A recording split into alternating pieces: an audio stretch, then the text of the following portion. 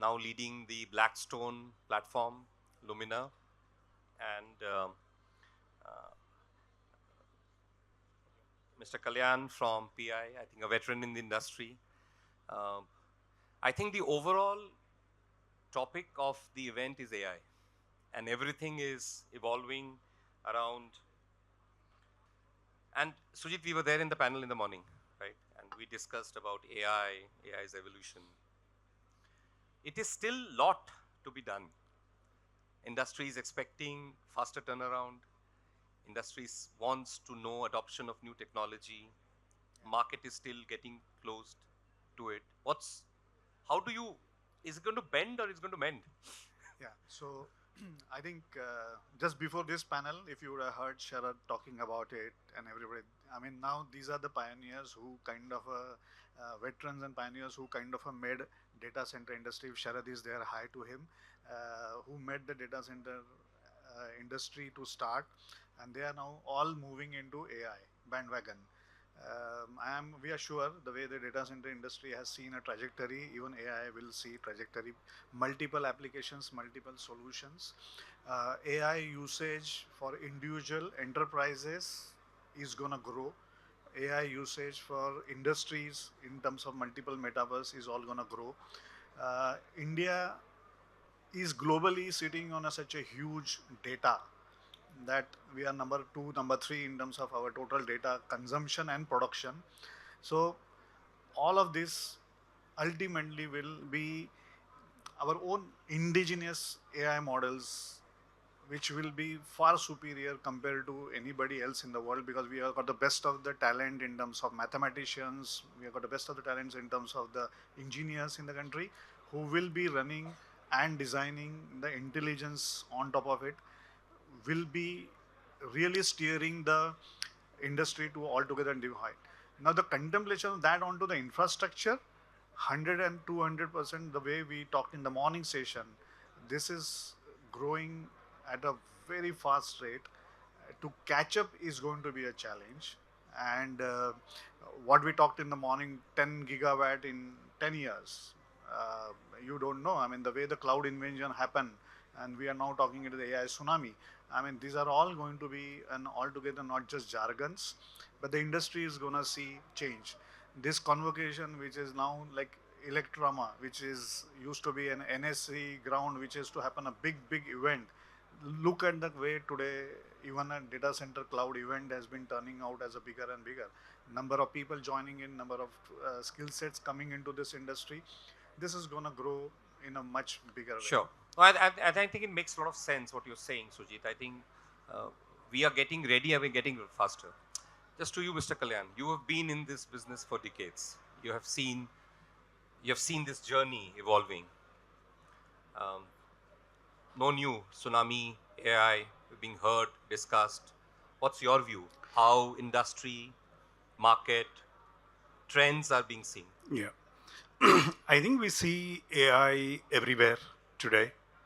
And I think we are just scratching the surface in terms of readiness, even from a data center standpoint. If you look at it, people are talking about 50 kilowatts, 100 kilowatts a rack already, and we can see where it will end up in the next 5 to 10 years. There is readiness from a data center perspective that I would say we are still scratching the surface, and a lot needs to be done in terms of using using AI to actually run the data centers itself. While it's within the data center in the cloud, AI workloads are running. How do you implement AI to run data center itself is also a big question.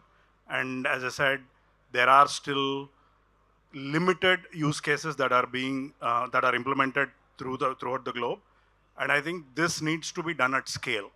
How do we use AI to actually run the centers as data center operators? How do we use it more efficiently? Today, if you look at it, we have thousands, hundreds and thousands of equipment within the data center managing the cooling systems, the electrical systems, the BMS systems, etc., security systems, network, all of this. So how do we integrate? Today, if you look at, I mean, we already have a good level of advancements compared to like 10 years ago, the data centers we've built today are already advanced, well integrated, hundreds and thousands of sensors across the data center. And all of this is capturing a lot of data. Now, all of this data that we are capturing today, if you look at it, there is a limited amount of machine learning and whatever algorithms that we are implementing. I think there is a lot more that needs to be done in terms of matching your IT load to your non-IT. How do you balance your IT and non-IT more efficiently so that you can bring down your overall power cost or power utilization and all of these things? So implementing machine learning on top of all this zettabytes of data that's being captured in the data centers and putting it to play to optimize the workloads itself is very important. Now, do we have the skills to do it? Right? So today, if you look at in data center industry, there is a lot of requirement for youth to be, I mean, the college, the young college grads that are coming out, we barely see, today, even if you take Indian data center industry, I think typical average is probably about 40, if you will, right? I think we need to get those young 20, 25-year-olds into the data centers, put them to work on AI, machine learning, and how do we, optimize this for better and implement AI better in the data centers? Very, very relevant. Thank you. Going back to Sujeet. Sujeet, um, AI and power, how the approach should be. I mean, what should be your thoughts on players who have come in like you and us? Power being a critical ingredient, and with AI tsunami hitting us, how this synergy should build up? How should be the approach? How should be the thought? How should be the stack in terms of design? So, as Kalyan has rightly said, in a data center, you have more than 10,000 IO points, which is typically data points which you are picking it up. You are today doing a lot of simulation through that, which you can do in, I mean, whatever level it is currently been done, and there are developments which are happening right now, help you give a lot of predictiveness towards everything.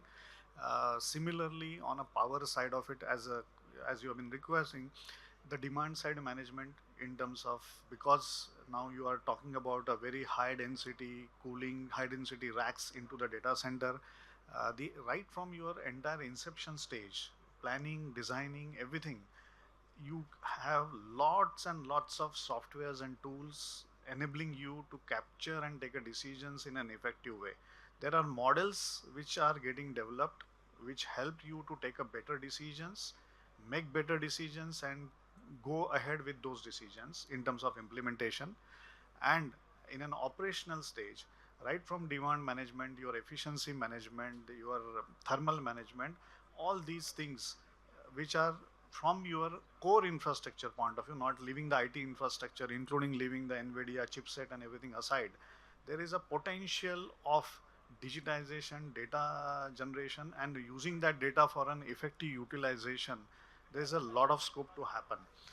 No, So perfect. That synergize laws. And just adding to the extension of this question to Mr. Kalyan, what role do you think the government plays in ensuring that the power infrastructure to fuel the AI growth, what we are envisaging? I mean, obviously we see a lot of effort from them in terms of through policies, through frameworks, through discussions. Yeah.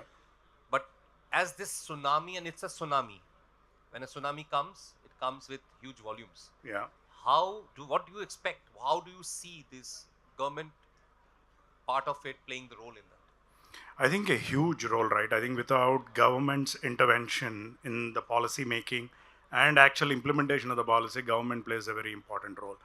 Recently, we have seen MIT, I think there is a proposal from MIT to implement a separate data center grid, power grid, which would be separate from the regular grid itself, regular power grid that's for industries and residential. So something like that is extremely critical. I mean, just to take an example, I'm saying, because data centers we know that are going to, in the next 10, 15, 20, 30 years, by 2047, probably 25, 30% of the total power produced will be used by just data centers itself. in the country. So that definitely warrants a separate infrastructure, high quality, sustainable infrastructure where you can use renewable energy like wind, solar, and other forms of renewable energy fed to that grid, and which can be used by the data centers across the country. Today we have data center hubs limited to 2-3 locations, but I think 10 years from now we'll see like at least 10 or 15 of those. So how do these ecosystems across the country leverage this power which is sustainable, and so that it doesn't put, I mean, there are articles that we are reading, right, in places like even in Ashburn, I've read that there is a protest from, the residents not to implement any more, power assets or power infrastructure there. That's because obviously it's taking a toll on daily life of the people.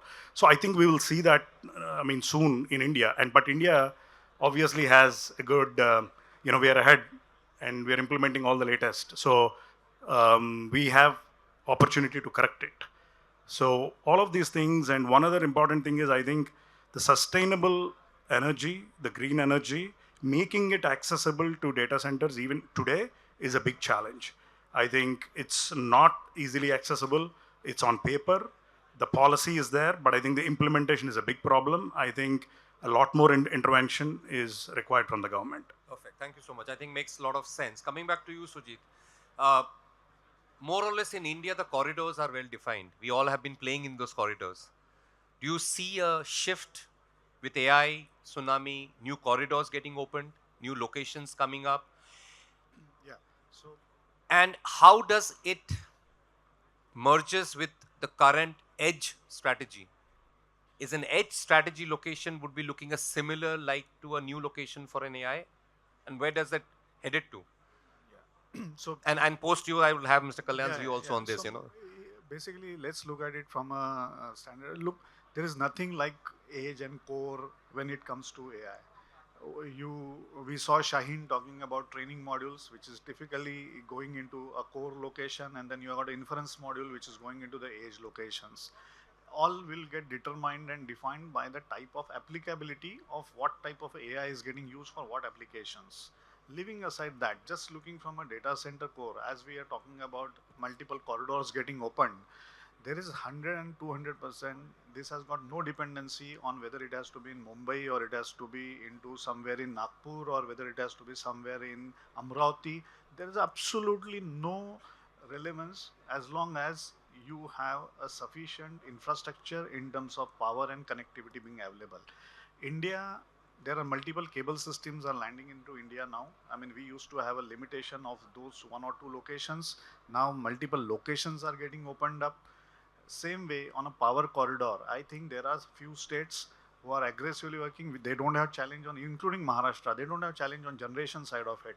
The limitation comes where you have a sufficient land bank available associated with the kind of a power infrastructure to set up these type of gigawatts of campuses, and I think that is something which is going to be the need of the hour.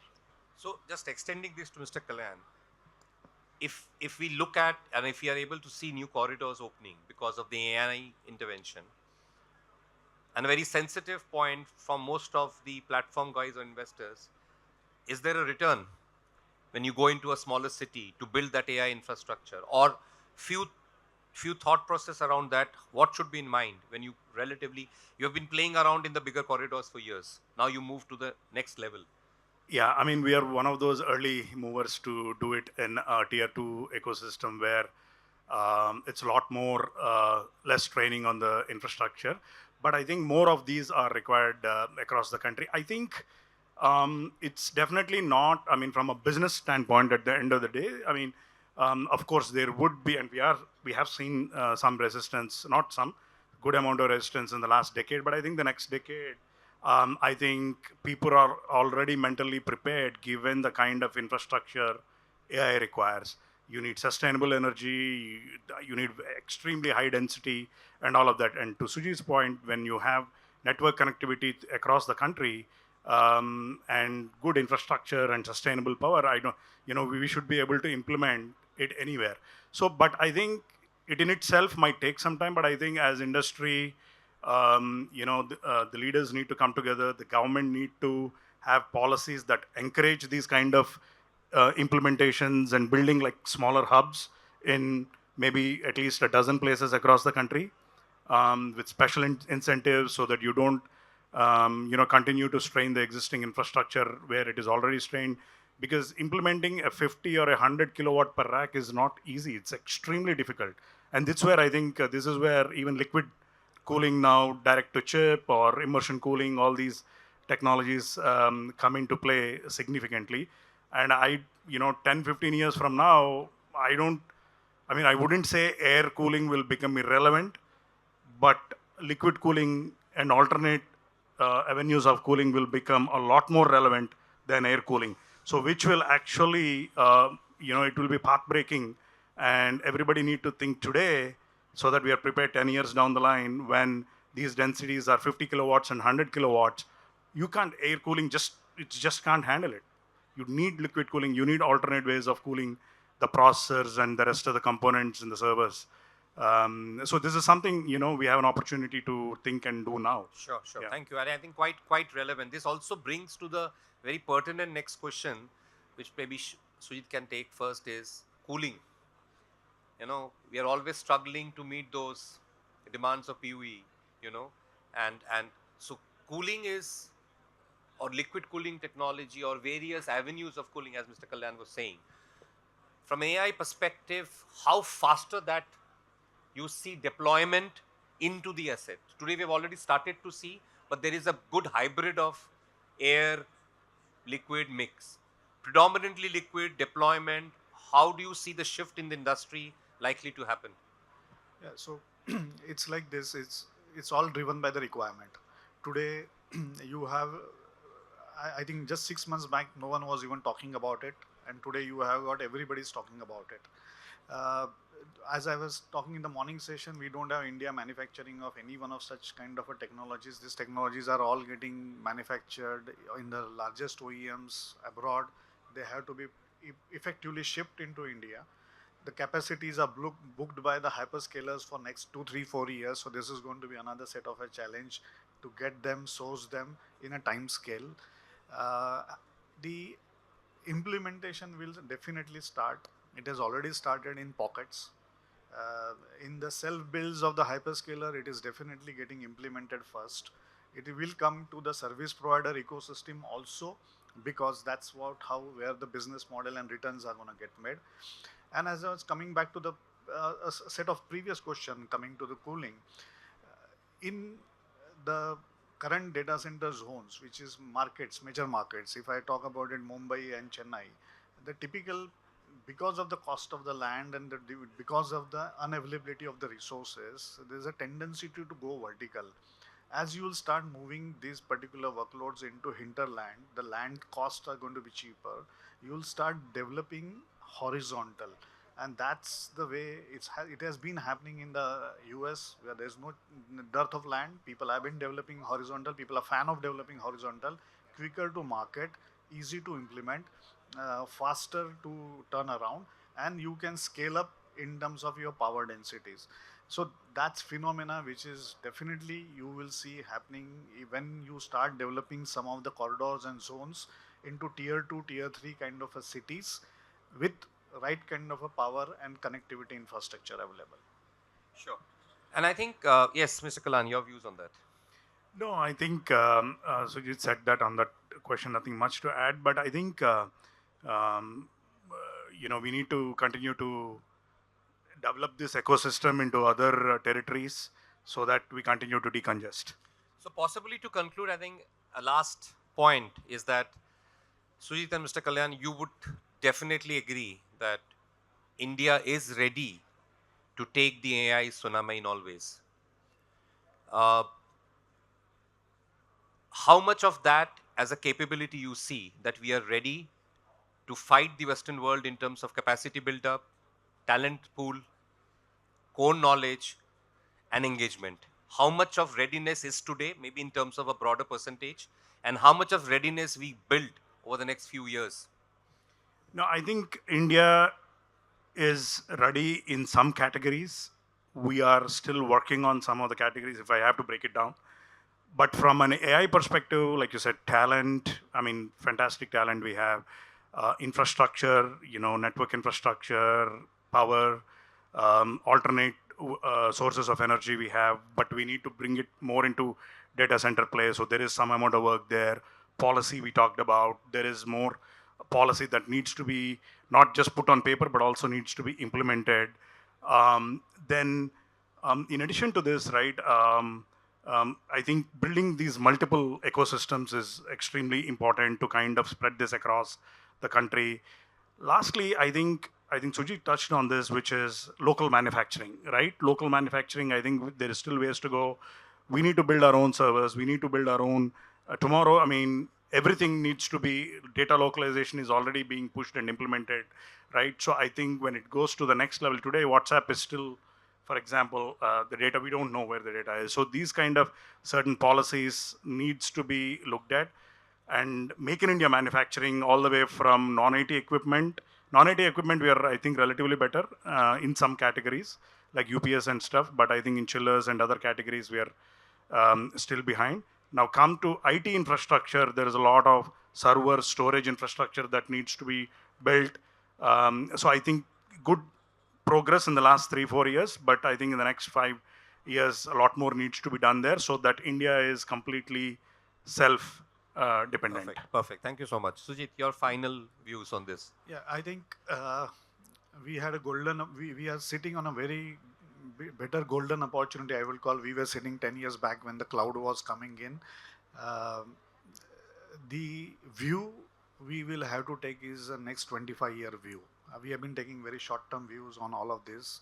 In terms of if we are to be number one, we have to go ahead of China. If we have to go ahead of US, we definitely have the data set, underneath data set and the data which is required to be number one in this particular space. It is only the infrastructure, and that all will get determined only if how we do better implementation, execution.